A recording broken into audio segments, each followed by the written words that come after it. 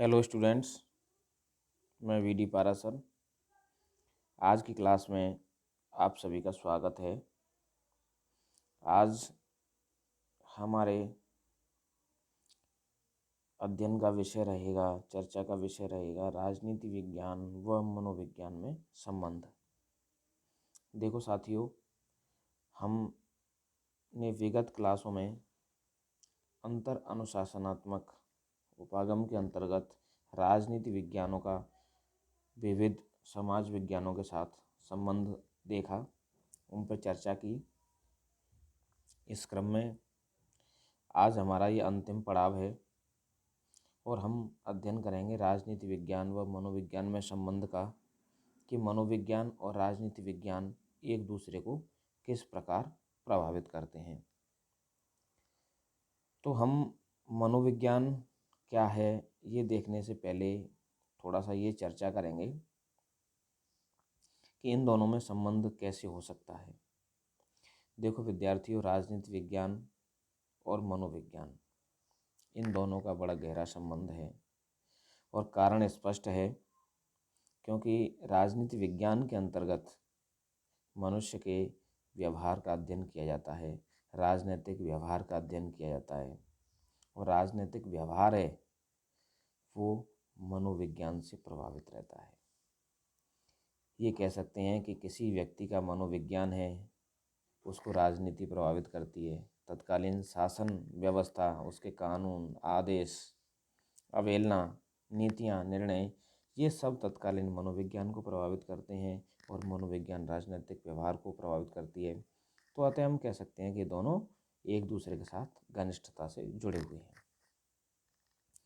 अब हम चर्चा करेंगे मनोविज्ञान क्या है। मनोविज्ञान व्यक्ति के मन की क्रियाओं तथा उसके बाह्य व्यवहार का अध्ययन है।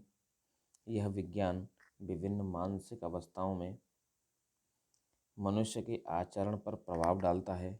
वुडवर्थ के अनुसार मनोविज्ञान व्यक्ति से संबंधित क्रियाओं का पारंपरिक विज्ञान है।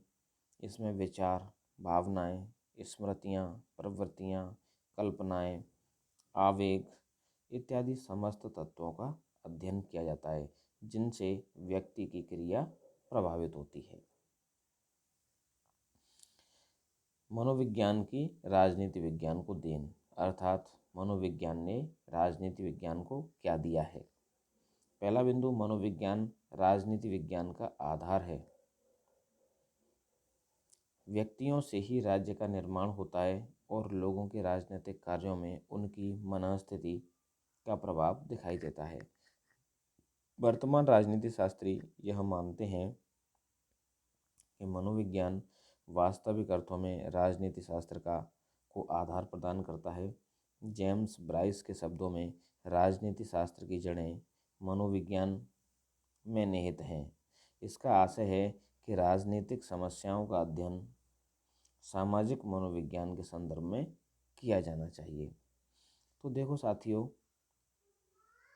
जो राजनीति शास्त्र है, राजनीति शास्त्र के अंतर्गत जो अध्ययन है, वो अध्ययन एक तरह से हम कह सकते हैं कि मनोविज्ञान उसको एक आधार प्रदान करता है, एक बेस प्रदान करता है। क्योंकि जो राजनीतिक समस्याएं हैं, उन राजनीतिक समस्याओं का अध्ययन हम तभी कर सकते हैं, उनके समाधान का हम विचार प्रस्तुत तभी कर सकते हैं जब हम एक तरह से नागरिकों की मनस्थिति को जान सकें, वो क्या सोचते हैं, क्या समाधान उनके मस्तिष्क में है, इसको हम जान सकें।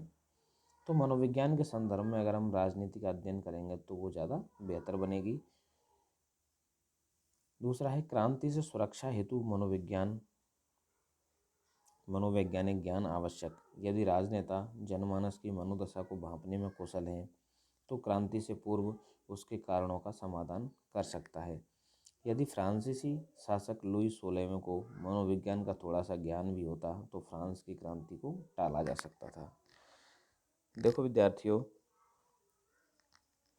जब फ्रांसीसी क्रांति हुई थी, उससे पहले के शासकों के द्वारा फ्रांस में जिस तरह का वातावरण किया जा रहा था, जिस तरह से जनमानस की आकांक्षाओं को नकारा जा रहा था, ये बहुत बड़ा कारण वहाँ क्रांति का बना।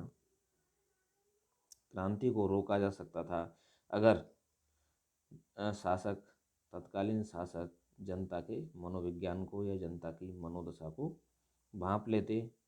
पूर्व में ही ये एक तरह से उनको ये आभास हो जाता कि जनता परिवर्तन चाहती है, जनता नीतियों में परिवर्तन चाहती है, नीतियों में अगर परिवर्तन नहीं होगा तो जनता कुर्सी में भी परिवर्तन कर सकती है। जनमत निर्माण में महत्वपूर्ण भूमिका। राजनीतिक दल एवं राजनेता जनमत व मतदाताओं के ध्रुवीकरण हेतु अनेक कार्य करते हैं। इसमें वह दल एवं राजनेता ज़्यादा सफल होते हैं जो देशवासियों के मनोमस्तिष्क को भली भांति समझ लेते हैं। जैसे टर्की में मुस्तफ़ा कमाल पाशा, जर्मनी में हिटलर आदि। तो देखो साथियों, ये बात भी बड़ी महत्वपूर्ण है कि मनोविज्ञान राजनेताओं को जनमत निर्माण में महत्वपूर्ण भूमिका प्रदान करता है। मनोविज्ञान का अध्ययन अगर ज़्यादा व्यापक और विशद होगा राजनेताओं का, तो निश्चित रूप से वो जनमत को अपने पक्ष में झुकाने में, उसका ध्रुवीकरण करने में ज़्यादा सफल होंगे। ऐसा दुनिया में हमने कई जगह देखा है। राजनीतिक अनुसंधान में मनोवैज्ञानिक पद्धतियों का प्रयोग। आधुनिक राजनीतिक विचारकों में राजनीतिक घटना चक्र को मनोवैज्ञानिक ढंग से वर्णित करने की गहरी प्रवृत्ति दिखाई पड़ती है। विचारकों का एक वर्ग जिसमें बेजोट, ग्राहम बाल्स, मैकडूगल, एमिल टार्डे, दुर्खीम, लीबोन आदि के नाम लिए जा सकते हैं। इन विचारकों द्वारा राजनीतिक समस्याओं के मनोवैज्ञानिक हल प्रस्तुत करने का प्रयास किया गया है। तो देखो विद्यार्थियों, जो राजनीतिक अनुसंधान आज किया जा रहा है पॉलिटिकल साइंस में, उसमें मनोवैज्ञानिक पद्धति तब से बहुत ज़्यादा महत्वपूर्ण हो गई हैं जब से व्यवहारवादी की क्रांति हुई, व्यवहारवाद, उत्तर व्यवहारवाद आए। द्वितीय विश्व युद्ध के बाद मनोवैज्ञानिक पद्धतियों पर ज़्यादा बल दिया गया। राजनीति विज्ञान की मनोविज्ञान को देन। मनोविज्ञान को अध्ययन सामग्री प्रदान करना। राजनीति शास्त्र मनोविज्ञान को राजनीतिक क्रियाकलापों से संबंधित अध्ययन सामग्री प्रदान करता है, जिससे मनोविज्ञान और अधिक समृद्ध हो जाता है। प्रत्येक देश की शासन व्यवस्था के कार्यों द्वारा एक विचारणीय सामग्री मनोविज्ञान को प्रदान की जाती है। देखो साथियों, ये बात भी हमें दिखाई देती है, यहाँ उल्लेखनीय है कि मनोविज्ञान को राजनीति विज्ञान अध्ययन सामग्री प्रदान करता है। आशय ये है कि एक देश की जो शासन व्यवस्था है उसके द्वारा जो कार्य किए जा रहे हैं, नीतियाँ और निर्णय किए जा रहे हैं, उनसे मनोविज्ञान प्रभावित होता है और मनोवैज्ञानिक इस प्रभाव का अध्ययन करते हैं। राजनीति मनोविज्ञान को प्रभावित करती है। किसी राज्य की शासन व्यवस्था के स्वरूप, कार्य, नीति एवं निर्णयों से जनमानस की सोच का स्तर निर्धारित होता है। द्वितीय विश्व युद्ध से पूर्व नाजी जर्मनी, फासिस्ट इटली तथा जापान की अधिनायकवादी व्यवस्थाओं ने इन देशों की जनता को साम्राज्यवादी व युद्धप्रिय बनाया, किंतु आज इन देशों में लोकतंत्र है तथा इनकी जनता शांतिप्रिय एवं मानवतावादी है। तो देखो विद्यार्थियों, ये बात भी स्पष्ट है कि राजनीति जनता के मनोविज्ञान को प्रभावित करती है। हम कह सकते हैं जनता के मनोविज्ञान का निर्माण करती है, क्योंकि राजनीति के द्वारा जो कार्य, नीति और निर्णय लिए जाते हैं उससे जनता की सोच निर्धारित होती है। जनता को एक तरह से राष्ट्रभक्ति अपनानी है, ये जनता को क्रांति करनी है, ये सारी चीज़ें उससे निर्धारित होती है। देखो साथियों, मनोविज्ञान एवं राजनीति विज्ञान के अंतर्गत तमाम घनिष्ठताओं के बावजूद भी एक अंतर मौजूद है।